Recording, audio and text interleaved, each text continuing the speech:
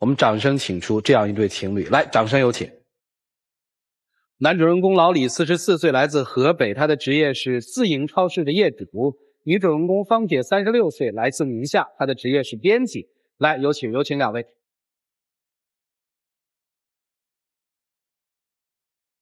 欢迎两位啊！我看那个资料上面说，芳姐参加过一个求职节目，是吧？是。他们跟我说，在那个节目里，你说过一段话，说你的情感问题是困扰你职场往前走的一个最重要的问题，所以你今天来这儿了，是这个意思吗？啊，他怎么了？怎么困扰你了？都影响到你的职业了呢？我俩交往大概有个1年左右吧。完了之后，刚开始肯定是都看到对方的优点，这样就走到一起的。后来我发现，我们实际上在爱好、情趣、生活方式、消费观念方方面面存在着很大的分歧，根本就没法很顺畅的沟通。哎，你比方说，他老说我太过感性浪漫，什么注重什么精神世界，老是太风花雪月。哎，又说我太过工作狂，忙起来对他不闻不问。你都那老头老太太那想法，那我就受不了。有过婚史吗？40有过。您36是吧？是。有过婚史吗？没有。谈过男朋友吗？谈过。为什么分手呢？那原因多了，没有缘分呗，失之交臂，走不到一起。你跟他在一起幸福吗？其实一个人呢，生活当中其实是挺孤单的，挺无助的。躺下就睡，爬起来就走。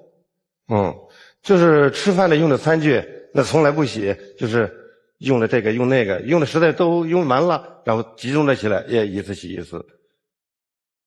自从有了小芳之后，就完全不是这样了。家里打理的是井井有条，很幸福的。为什么要走？他呀和我思维差距太大。你说我到这个30、40岁这个年龄段的话，谁还没有一点感情经历是吗？我谈过一次恋爱，这很正常呀，我这也没藏着掖着呀，什么就这么回事。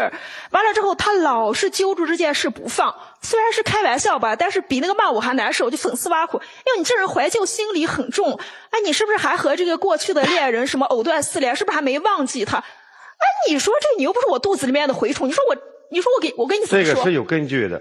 因为我发现了他写给前男友的情诗，笑话。不是一首，很多很多。大姐喜欢写情诗是吧？我吧，实际上我专业是英语专业。我从上中学的时候呢，我就喜欢中文。后来等我上大一的时候，我就慢慢就写一些东西，写一些诗歌。那您背一首，我们分享一下。好，那我现在我就仔细回忆一下，我回忆一首听一下，你看这个到底是有他说的那么暧昧吗？名字叫无题啊。思念如圆圆的月，散发着无尽的温柔的光，照耀在每一个多情人的心上。思念如长长的流水，日复一日，年复一年，昼夜不息地流过人们的亭亭年华。思念如断线的风筝，飘飘摇摇，一去不复返，不知道何处是该驻足的地方。而我的思念犹如我的生命长河，在坟墓的那头才是他不得不休息的时刻。主持人，你听着了吗？我听见了。念到坟墓里头了，你说这不是情诗？你没听明白啊？那个他指的是谁呀？诗歌这个东西，它是一种即兴的人的一种灵感。这首诗的主题是思念，是没错，反复出现好几遍思念。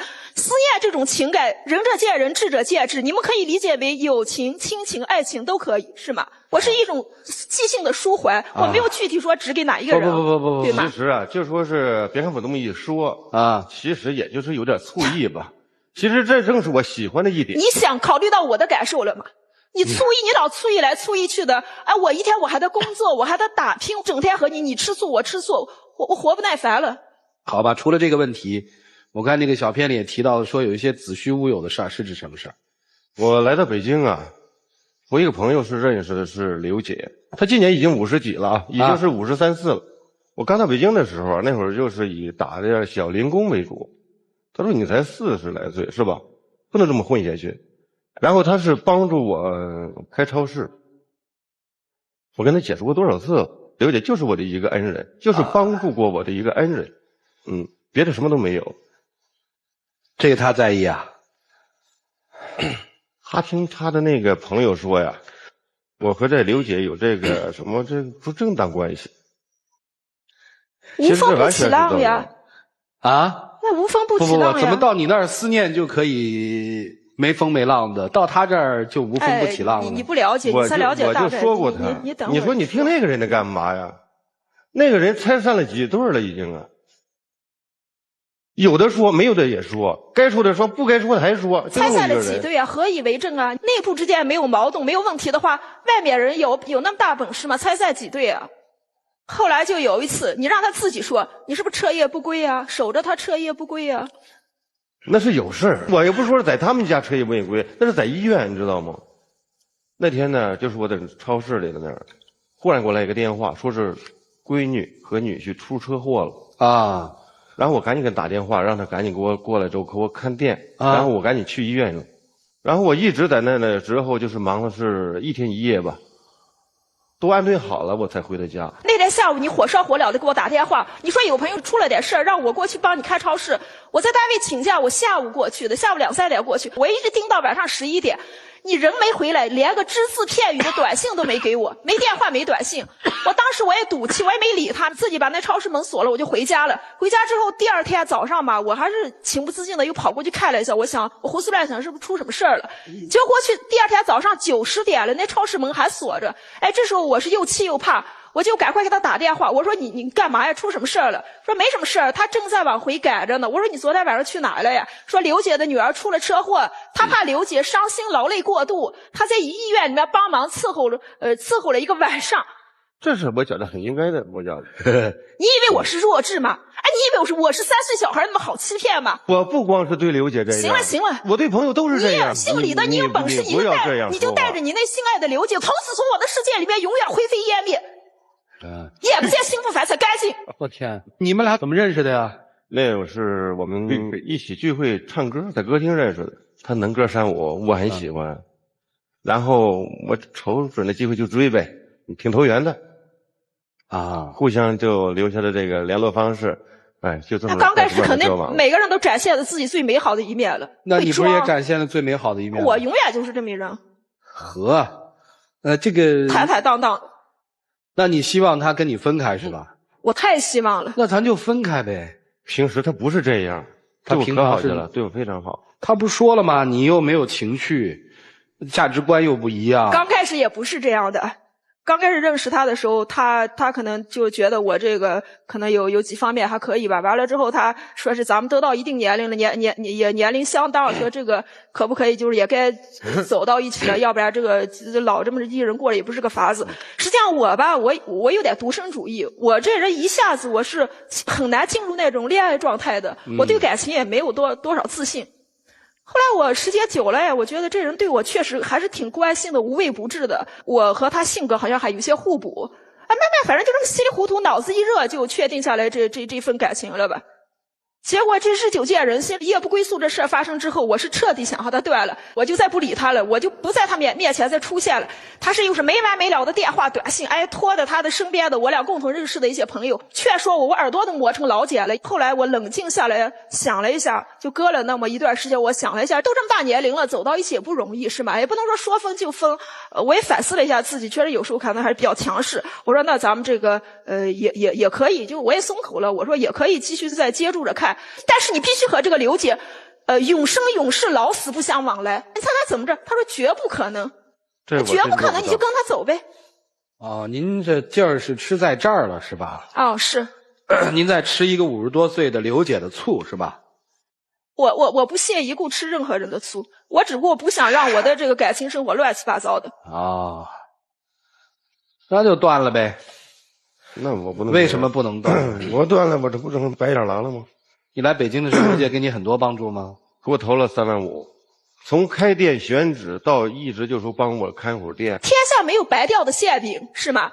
哎，刘姐和你是非亲非故，萍水相逢。哎，凭什么她就那么铁了心的对你倾囊相助的帮你啊？哎，因为我这人实在，并且还是真干事的人。你实在是你自己说你实在呀？往往好多看起来表面很实在、很稳重，哎，很正人君子，干的事可不地道了。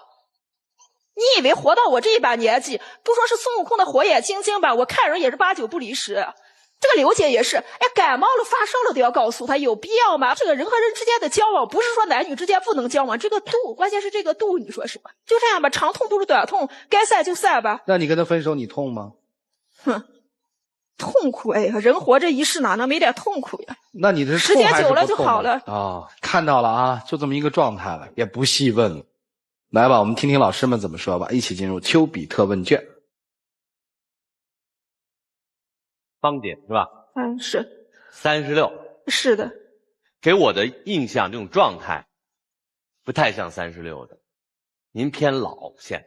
您可能很自信，当然我觉得这种自信可以理解为也是一种自负、自我，甚至是自卑。孤独时间长了，就容易很难跟别人沟通和接近。但是治这种病不是没药，爱情是治愈这个孤独最好的药。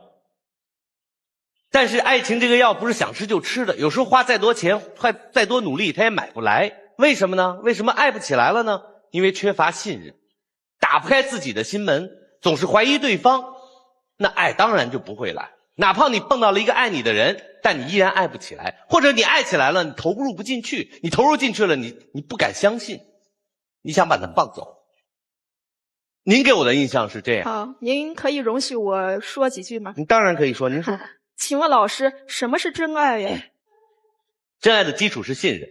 什么信任？你相信他？那您说是跟刘姐没什么那么过去，是或者过去的已经过去了，将来是你们俩过。那您的意思是，哎，只要我谈恋爱了，我是个猫是个狗，我都要信任他是吗？所有的人都值得信任是吗？我没有这么说，这是你说的。咱们现在就不说刘姐这个事儿，是我们俩这个感情矛盾的，只不过是一个导火索。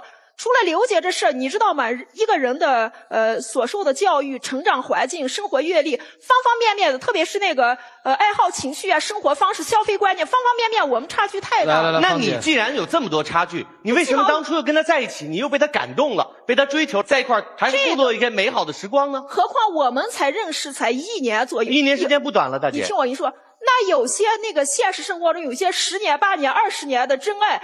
那当初都爱得死去活来的，最后为什么好多都以形同陌路或老死不相往来的悲剧而收场呢？所以你怎么解释呢？如果您这么认为的话，相爱过的人就得非得绑到一棵树上吊死吗？如果您这么认为的话，您就继续享受自己的孤独，您不要跟李叔叔缠在一起，他万事万物闹到我们节目上来。我没和他缠到一起，我希望您说话客观一点。我觉得我挺客观的，符合生活常理一点。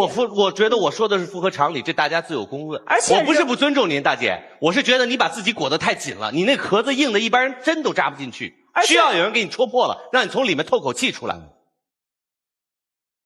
我跟李先生说一下，我觉得这位女士不适合你，不适合你的原因，并不是说因为你和刘姐之间有一点纠缠不断的东西是一个导火索，而是今天这位女士。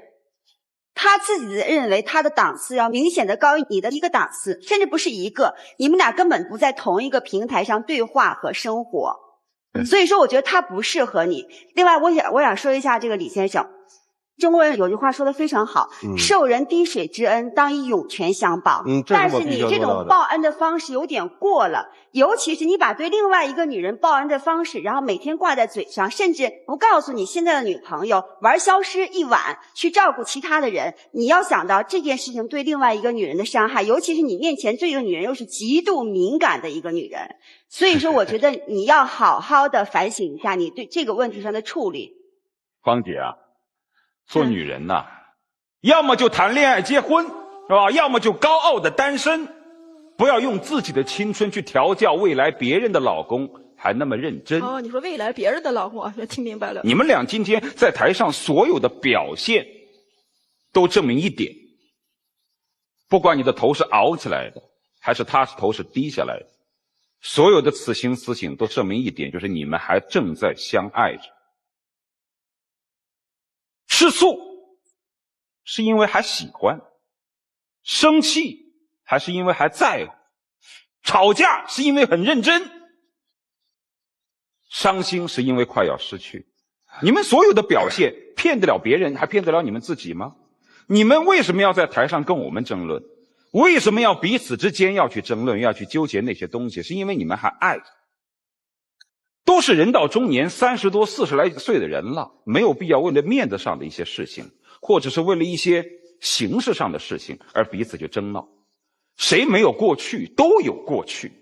那人家跟刘姐之间有恩情，人家报答她，又有什么不可以呢？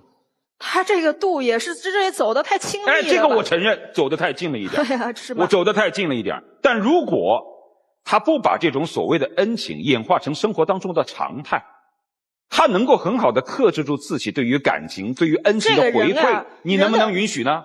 他做不到，他就那种性格，他就那种磨磨叨叨那种什么风情那种性格。那既然人的性格决定命运的，你别忘了。是性格决定命运。那既然他这个你也不信任，那个也不信任，你也不信任他能够改得过来，你今天到这儿来干什么？我刚才说了，我们不光是刘姐这个事，只不过是个导火索，因为这个随着这个进一步的接触和了解，这现在也1年多了。你听我说完一点，不合拍的东西太多了。不合拍，我就是问你一点，你对他还有什么期望吗？他能改变的有什么期望吗？有没有？就看他了吧，一切看他。就是说，你还相信他还是能够有些地方能够改好的，我对他现在没有多少信心，信心不大。不是说咱也不能把话说那么绝对，我信心不大。你今天到这儿来干什么？我想把这事说清楚。我也不是说没包容过他，哎，没有体谅过他。如果你今天来是给他机会，是让我们更多的来帮助你，你该来。你今天也不需要我们的帮助，你对他已经不抱希望了，你到这来干什么？我其实我关注的就是那几个问题。就是因为你们毕竟相处了1年多了嘛，就毕竟你现在可能公开对外的身份，在朋友圈的身份还是老李的这个女朋友，对吧？那么这个名分其实还是有的。现在其实要做一个最基础的判断，大家在分析这个问题是由何而来的。那我们现在看到了一个面是他跟那位刘姐走得太近了。第二个面我们也看到了，在这个情感的相处方式过程当中，可能您也存在着一些问题，对吧？那肯定了啊。那么您能不能帮我们总结一下？您跟李先生在相处的过程当中，您存在哪些问题呢？可能我不适合他吧，我俩走到一起不适合。行，这个李先生其实我们就看到一个问题。就是当一个人对另一个人决绝的时候，他跟爱的初期是不一样的。爱的初期是干柴烈火，爱的中期开始平静了。到爱的后期的时候，我们知道信任就变得最重要了，信任、包容、扶持变得最重要。缺了这几样东西，这个爱就会死。就像你说的，那么多爱的火热事物是有规律的嘛，对吧？所以你现在可以看到，曾经你很爱的一个女人，她现在觉得你不合适她。所以我觉得作为从一个成年的男子来说，那应该有一个自己很理性的选择。40多岁离过婚有孩子，那对于世间的法则，所谓变通的法则，你应该心里很有数。为什么非要这么强求着呢？他认为他改变不了你，我觉得一个人也不需要为另一个人改变，自己去想。我们没人让您做决定，你可以不做决定，但是李先生，如果你决定好，你可以做决定。决不决定是一个人的自己的权利。一起进入黄金60秒。在经营性格的和谐，各方面的价值取向，各方面的合拍是很重要的。否则的话，你再深、再真、再痴情的爱，最后都是过眼烟云，都会事过境迁的。您知道吗？经营是很重要的。你不要老站到您的脚，也许我也犯了这么一个错误，咱们可能都是老想站到，老想改变对方。最后这话说得多好啊！爱需要经营，可是在这段情感当中，你为经营付出了什么呢？谢谢两位，请回来，谢谢。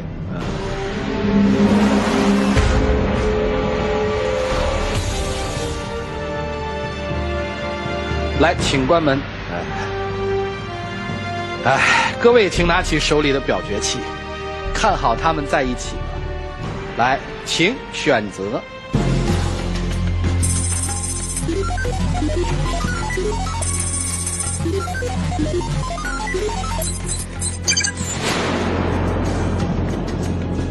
不会吧？100%的观众朋友都不看好。其实生活有他自己的一些规律，一个人太包着自己了，不仅会伤害到别人，也会伤害到自己。大概这个投票结果就说明了这么一点。我们还是看他们自己的选择。我倒是希望能坚持，还是再坚持往前走一下，可能会更好。来，一起数个4、3、2、1，开始。